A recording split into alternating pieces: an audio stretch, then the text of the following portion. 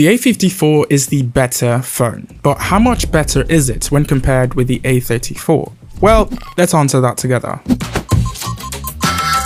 Both phones look similar. They've both got that flagship Samsung look with the floating cameras, but you notice that the cameras on the A34 are shorter, so they don't stick out as much as on the A54. The A54 also has a glass back, while the A34's rear is plastic. The glass back on the A54 definitely feels more premium in the hand and does a better job of feeling and looking like a flagship. But there might be an argument that glass is not as durable as plastic and also costs more to be repaired. But with plastic, you don't have such worries. So you kind of have to decide, do you like premium flagship looking, or are you unbothered because you plan on slapping on a case anyway? Another thing to consider is the notch on the A34. It's a U-shaped notch, which is very old-fashioned and doesn't at all fit a $300 phone. The bezels on both phones are about the same, and we can say that about the displays as well. They're both 1080p 120Hz AMOLED displays. They're of different sizes though, with the A34 being slightly bigger. So the next question is, does the notch bother you?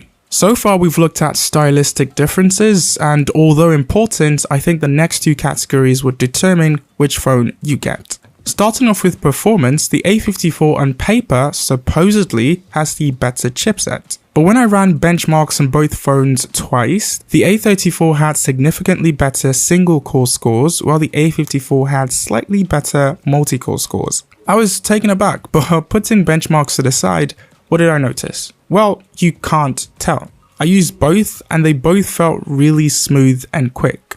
In this region, the A34 only comes with 6GB of RAM, but you can go up to 8GB on the A54. So although the difference in power and multitasking isn't that wide, we still kind of have to give it to the A54. When it comes to gaming, they're also on par, but in some games the A34, which is the cheaper phone, is actually better. The A54 uses an Exynos processor, while the A34 uses a MediaTek processor, and it seems like some games are more optimized for MediaTek processors than Exynos. So yes, in some games the A34 has a slight advantage, maybe slightly better graphic settings or a slightly higher frame rate. It's usually a very small difference, but it's worth pointing out. So what's the takeaway? The A54 supposedly is the better performer, but in real-world day-to-day use, the difference is minimal. And then for gaming, the A34 would give you a slight advantage in some games. So far, it's been kinda close, but let's see if that's the case with the cameras. These days, numbers don't really matter, but I went into this camera comparison thinking the A54 would come out on top.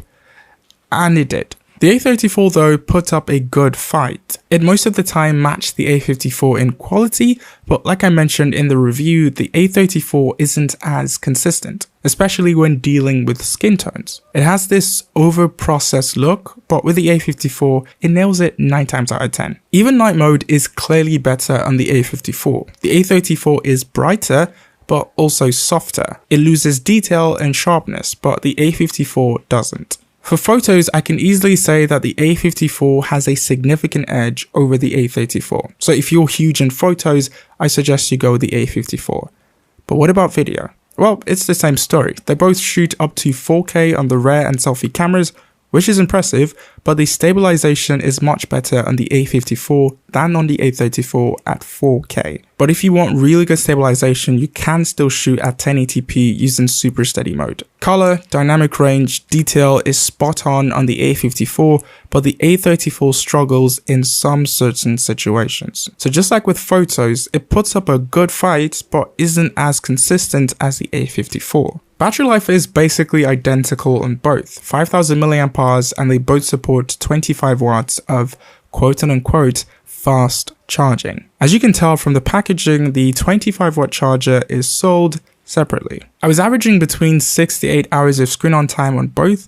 I would say the A34 is slightly ahead in battery life, but it's not so significant. They both do decently well. At the end of the day, these phones are not too far apart. They're also so similar in a lot of things. They're both IP67 rated, they both have Gorilla Glass 5 protection, both are 1080p 120Hz AMOLED displays, both have an always-on display, which wasn't the case last year. They also both have a 5000 mAh battery, they both get 4 years of major Android updates, Both are 5G devices, and these are just a few. And in the areas where they're not identical, the difference isn't night and day.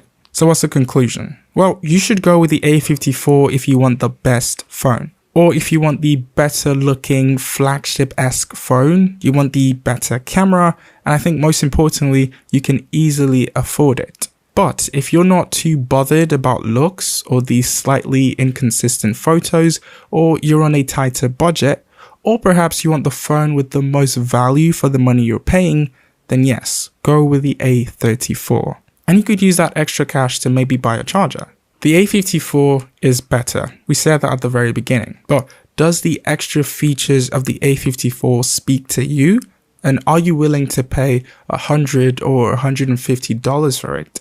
I think that's where the decision would be made. Me personally would go with the A54. But what about you?